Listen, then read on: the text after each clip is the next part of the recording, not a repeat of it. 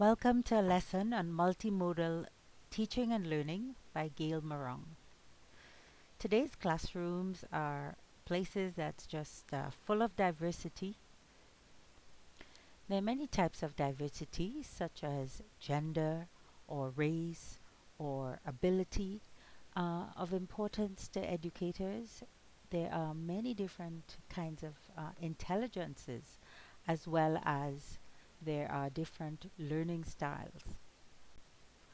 When educators speak about multimodal learning, they're often speaking about many different things at the same time. Sometimes the term multimodal is getting confused by some people. Multimodal learning could refer to different types of modalities of content delivery, different types of classes for students to gain knowledge.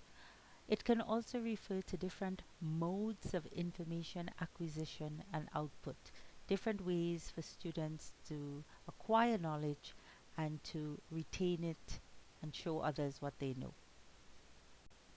You have your traditional face to face type of class that we're familiar with the instructor as sage on the stage. Then there are the various types of distance or distributed education.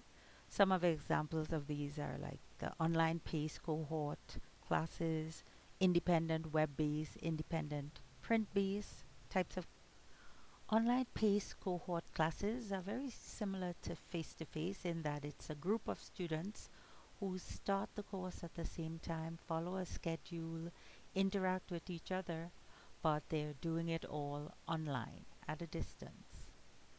You've got the independent web-based version where the student is getting all the content via the computer, but this person is working alone, going at his or her own pace, and sometimes there might be other students in the course they can speak to, but pretty much they are building the schedule to suit themselves. And you can be independent but doing your course print based, very similar, but you have opted to get your materials and your instructions and so on in a print format. And nowadays, people are talking about the flipped classroom, a different modality of classroom where it's still the face to face, but the instructor chooses to use his or her time a little differently.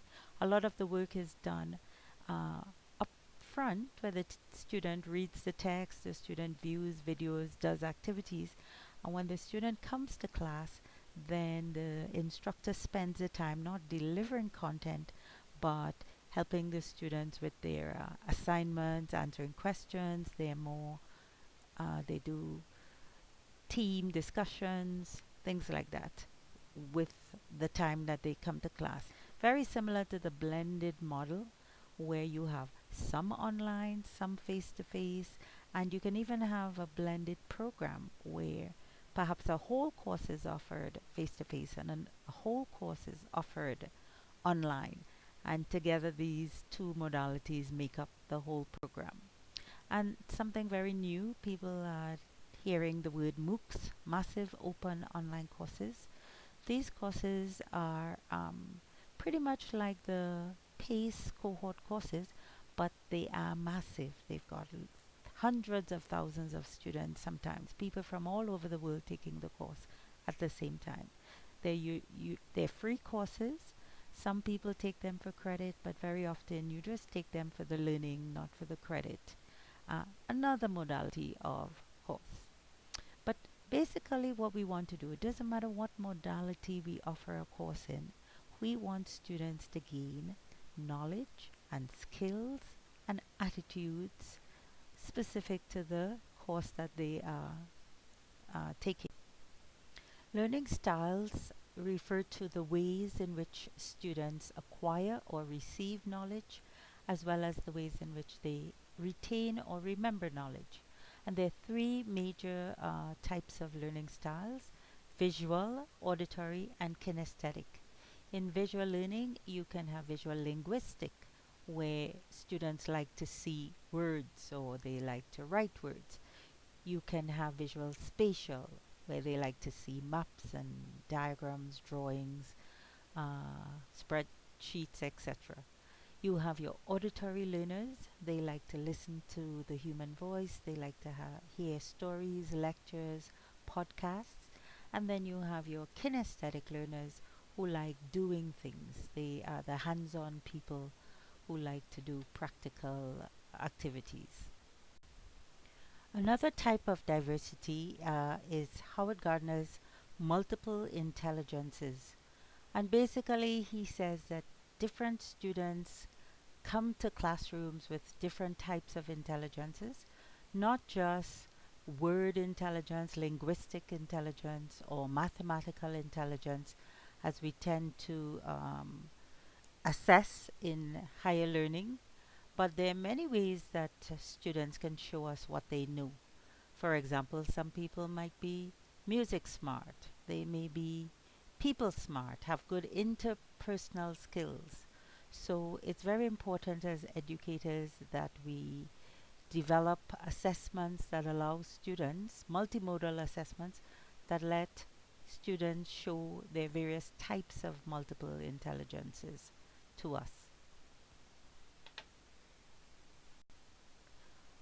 Okay, so multimedia is one very useful way to bring in different modalities into teaching and learning using multimedia. The thing with multimedia though is it needs to be used well, and there are some basic design principles that should be thought about, considered when, as an instructor, you're trying to make videos, create PowerPoint presentations, vary the media that you use. And two researchers, Clark and Mayer, they came up with a couple of principles that could be helpful to instructors. One principle when you're making multimedia, using multimedia, they suggest that you use various types of media. For example, you may want to use words and graphics rather than words alone. So even if I'm making a PowerPoint presentation, instead of just putting a lot of bullets and typing words, why don't I put graphics to go with my words? Especially graphics that could create a sort of a emotional connection for the learner. There's another principle, contiguity principle, which basically means that you should put your different media close to each other or link them somehow one to the other, whether it's audio to video, whether it's words to graphics. So as an example, you may want to put video, audio at the bottom of the graphics that you made, or you may even want to put them inside the graphics you made. Um, Another principle is the coherence principle, which basically states that you should avoid using unnecessary text, graphics, or sound. No bells and whistles necessary if there isn't a good educational reason for including whatever media you choose to include. Media isn't supposed to be there for decoration. It's supposed to have a good pedagogical reason for its use.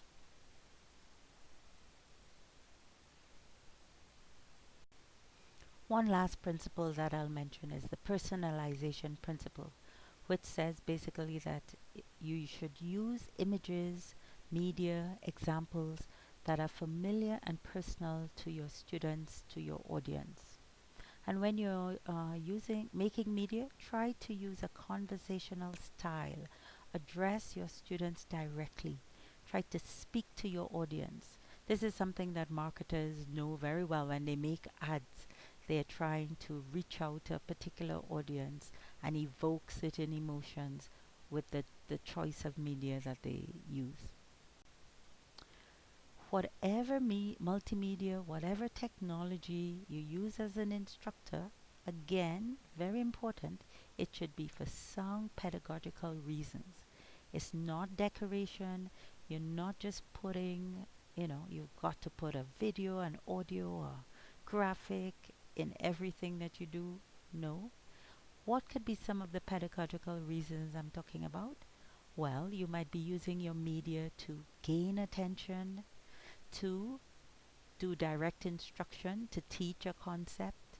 Perhaps you are trying to promote interaction, collaboration, connectedness, promote inquiry among your students, increase engagement, help students to be reflective learners.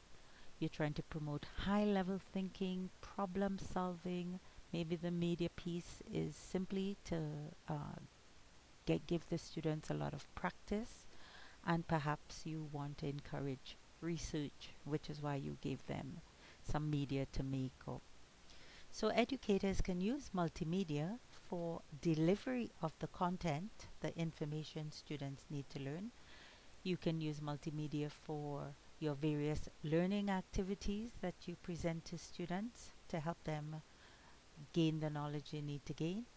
And then you can also use multimedia in your assessments, where you ask the students to create multimedia pieces for you.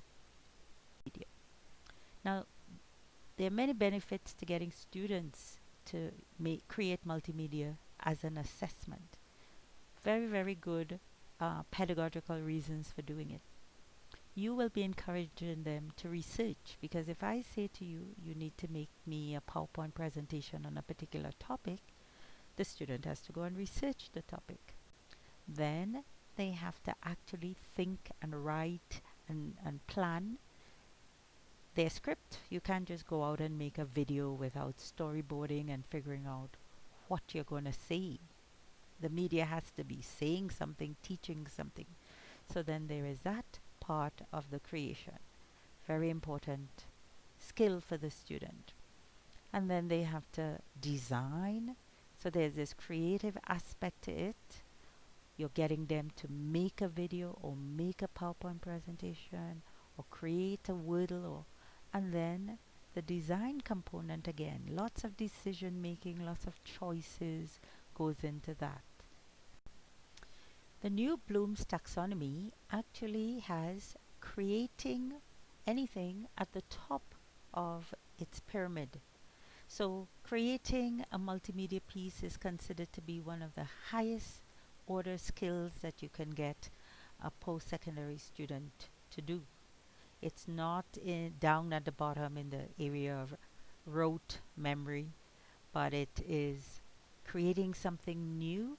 And there's also evaluation underneath, where students learn to critique other people's presentations. But they're all very, very important to high order learning. So again, multimodal activities should be used, but it's basically for a pedagogical reason, to help students gain knowledge and skills and attitudes. Some things to remember with multimodal teaching and learning is very important as an instructor that you consider the diversity in your classroom. Remember that students have many different multiple intelligences, different learning styles. Not only the students, you and your students should become aware of your individual preferences. And then you should try as an instructor to vary your type of content delivery as much as possible, to vary your resources that you use, the learning activities that you present to students, and vary the types of assessments you give students so that they can show you what they have learned, show you what they know. So this was a lesson on multimodal teaching and learning. I hope you learned something new today.